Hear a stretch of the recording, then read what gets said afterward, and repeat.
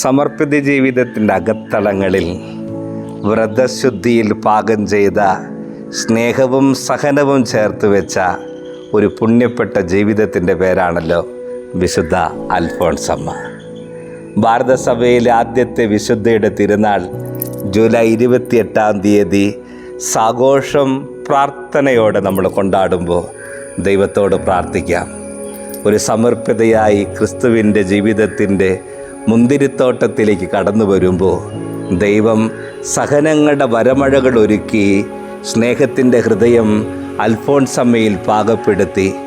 ഞാൻ എന്ത് ചെയ്യുന്നു, എൻ്റെ ദൈവത്തെ സ്നേഹിക്കുന്നുവെന്ന് പരാതികളില്ലാത്ത ചുണ്ടുകളും പരിഭവങ്ങളില്ലാത്ത ഹൃദയവും ക്രിസ്തുവിൻ്റെ പാനപാത്രങ്ങളിലേക്ക് ചേർത്ത് വെച്ച പുണ്യവതിയെ പ്രാർത്ഥനയോടെ നമുക്ക് ഓർക്കാം.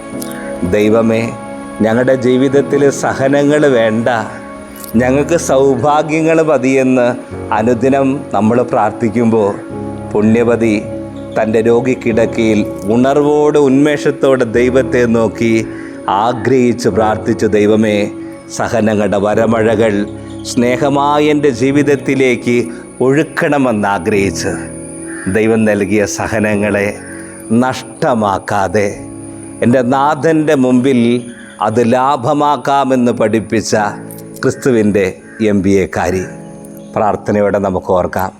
അനുദിന ജീവിതത്തിൽ കുരിശുകൾ കടന്നു വരുമ്പോൾ സഹനങ്ങളെ മാറ്റിത്തരണമേ എന്നല്ല, ആ സഹനങ്ങളിൽ വെന്തുരുകുന്ന കൃപയുടെ സുരഭിലം സുഗന്ധം സ്വന്തമാക്കാൻ ഞങ്ങളുടെ കുടുംബങ്ങളെ അൽഫോൺസമ്മയുടെ മാധ്യസ്ഥം വഴി നടത്തണമേ.